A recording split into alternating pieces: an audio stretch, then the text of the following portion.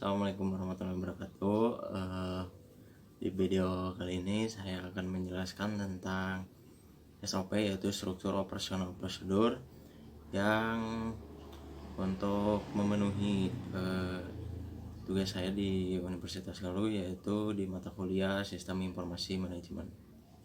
Pertama-tama saya akan menjelaskan tentang definisi SOP menurut para ahli.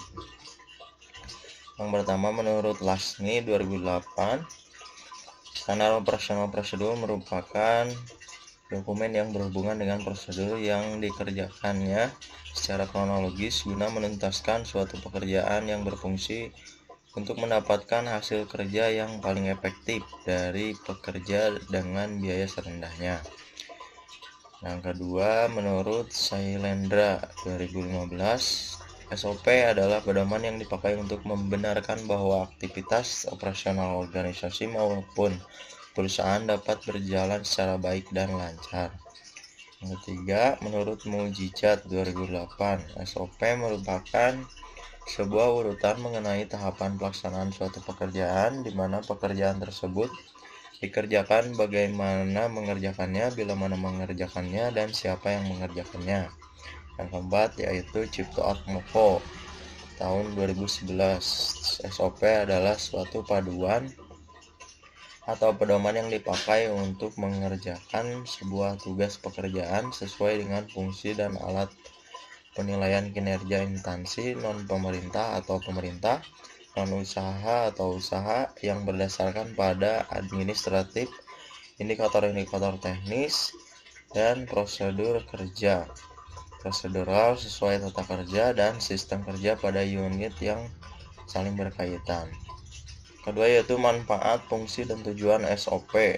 Manfaat SOP menurut Permenpan nomor sekian, yaitu sebagai standarisasi secara yang dilakukan dalam penyelesaian pekerjaan khusus, mengurangi kesalahan dan kelalaian, menjadikan staf lebih mandiri dan tidak tergantung pada intervensi manajemen sehingga akan mengurangi ketertiban pimpinan dalam sehari-hari.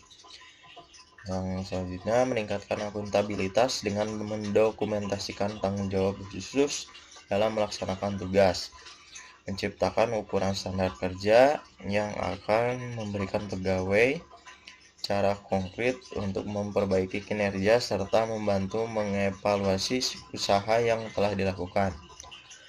Terus menciptakan bahan training yang dapat membantu pegawai baru untuk cepat melakukan tugasnya, menunjukkan kinerja bahwa organisasi efisien dan dikelola dengan baik, menyediakan pedoman bagi setiap pegawai di unit pelayanan dalam melaksanakan pemberian pelayanan sehari-hari, menghindari tumpang tindih pelaksanaan tugas pemberian pelayanan, dan yang terakhir, membantu penelusuran terhadap kesalahan prosedural dalam memberikan pelayanan, menjamin proses pelayanan tetap berjalan dalam berbagai situasi. Nah, ini manfaat dari SOP menurut Permenpan.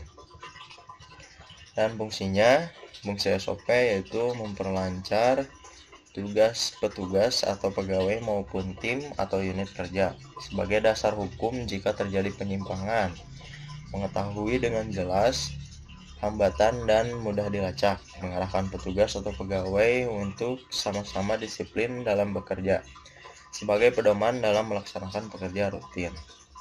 Untuk tujuannya yaitu SOP mengupayakan peningkatan kinerja karyawan, salah satu cara menjamin kualitas produk bagi konsumen, mengupayakan peningkatan keuntungan perusahaan, dan yang terakhir sarana pengembangan perusahaan. SOP juga memiliki tujuan sebagai dasar mengatur cara kerja seluruh individu dalam bekerja dan sekaligus membangun kualitas. Nah, ini tadi manfaat, fungsi, dan tujuan dari SOP. Yang terakhir ini contoh SOP pada penerimaan bahan baku di gudang oleh staf gudang pada PT ARD Pratama.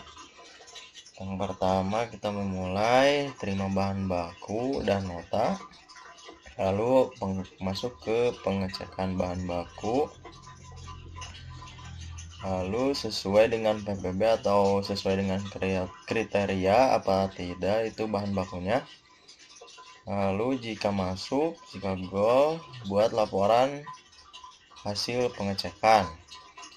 Lalu masuk ke laporan hasil pengecekan dan berakhir ke proses produksi.